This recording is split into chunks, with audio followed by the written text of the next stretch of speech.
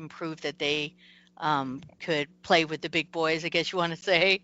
But they've really proven, especially in the interception part, because the last several seasons it was non-existent. It was maybe one or two in a season, and to have 25 in one season is just it's just unheard of. It's just ridiculous.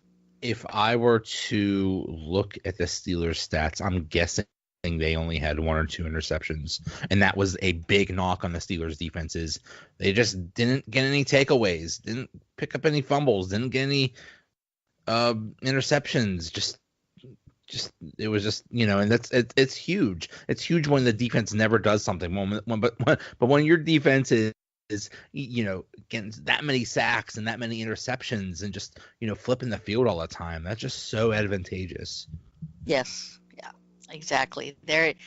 It's fun to the point of where you're like, okay, what is the Bears, what are they going to do in this game? And so even looking into the matchup against the Eagles, the excitement is how are they going to pressure Nick Foles?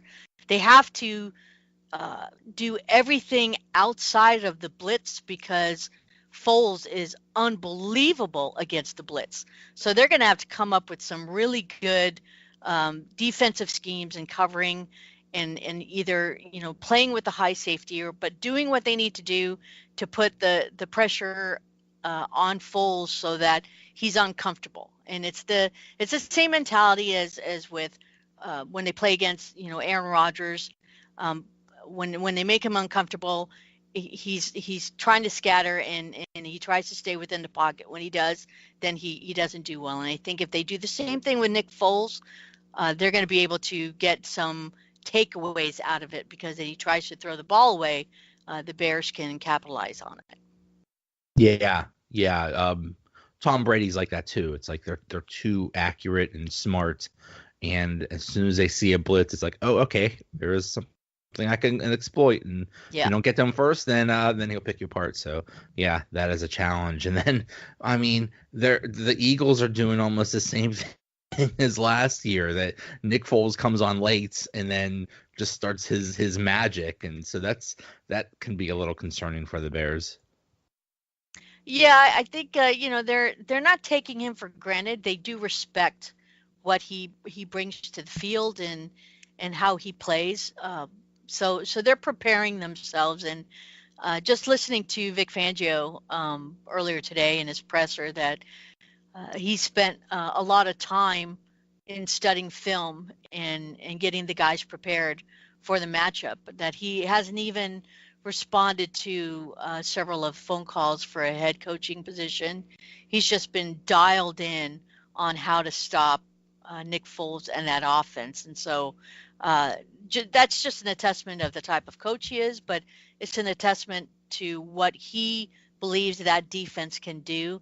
And the defense is all in to whatever it is he's telling him to do, and what to look for with that Eagles offense. They're going to be ready to play, and they're going to be really ready to block Alshon Jeffrey and Nelson Aguilar and Zach Ertz. Those are the three big weapons that the Eagles have that's going to push and test the Bears defense.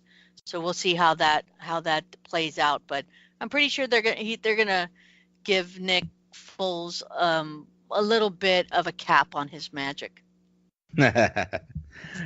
Now, the Bears offense, are there injury concerns? It looks like Anthony Miller and Allen Robinson might be hurt.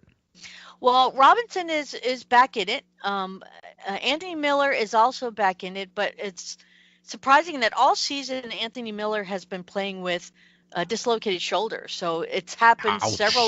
it's happened several occasions this season, and he's had to push back in. They've done some icing, the typical thing that they would do, and he goes right back out there again, because he wants to capitalize in every opportunity that he can to be a part of this team. So he's like, I'm ready to go. Let's go. And he continues to to play and put out whatever he can. So right now it looks like all our offensive targets and players are ready to go. So there is not going to be a problem with Mitchell Trubisky throwing to anyone. He should be able to have all his receivers and tight ends and running backs ready to go.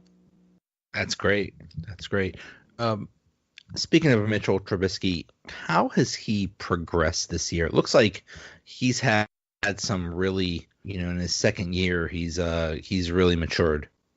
He has. He's actually. I'm not sure exactly the percentage, but I want to say it was an increase of 17% from last year to this year of improvement on his passing game, and so he's really grown this season in just one season. But it's obviously the direction of Matt Nagy and how he's truly helped this young man mature to be the franchise quarterback that he's destined to be for the Bears.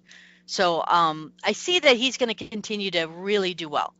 He just has to maintain focus. He has to make sure that he is um, hitting his targets, taking his time, making sure his footwork is right, and he's doing his check down, his progressions. That as he does that, and he gets comfortable in reading the defenses, he's going to be able to do his own audibles, which he's done a couple where he's killed a couple of plays and made his own throws. So he's done very, very well in maturing as a quarterback, and I think it's just going to get better as the years progress. So if he got this far into the season, I'm very very happy with his progress. Yeah, yeah, he's really looked good. The one thing that's a big difference is experience or playoff experience. Is there any concern? Because I mean, there haven't been too many of the Bears that have had much playoff experience, and the Eagles just went to the Super Bowl. Yeah, I mean there are five. I believe there's five players that are on the Bears roster already that have been to the playoffs. Danny Trevathan has been to playoffs and Super Bowl, and the same with Trey Burton, Prince McNamara. These are guys that have already been in playoff positions before, so they know, and they're as veterans, they're able to help out the rookies and what to prepare for and looking at it. I think if they keep the mentality that look, it's just we're playing each game as it comes, so we're going to stack the wins as they come. I think that's going to help them in the long run get through the playoffs. So for Mitchell Trubisky, that's going to be the key because you want to make sure that he doesn't have uh, the jitters. He gets nervous, and when he does that, he gets happy feet, and then there could be a problem. So hopefully he's going to go in it with the same mentality as the rest of the players and just be on point and just look at this game as just another game and another W to get. Yeah, yeah. So what do you think as far as a prediction? You think the Bears are going to pull it out? I think so. I think they're going to win it. My prediction, my bold prediction actually, is that it's going to be 27-19. That's what I'm calling it. And it's there's going to be probably Mitchell's going to have his first really long connecting pass. It'll be a 65-yarder throw for a touchdown, and I'm going to call it and say it's going to be Allen Robinson. But just because he's got the hands, and I think he's going to this is going to be a really good opportunity for Mitchell in the playoffs. But I believe they're going to pull it off.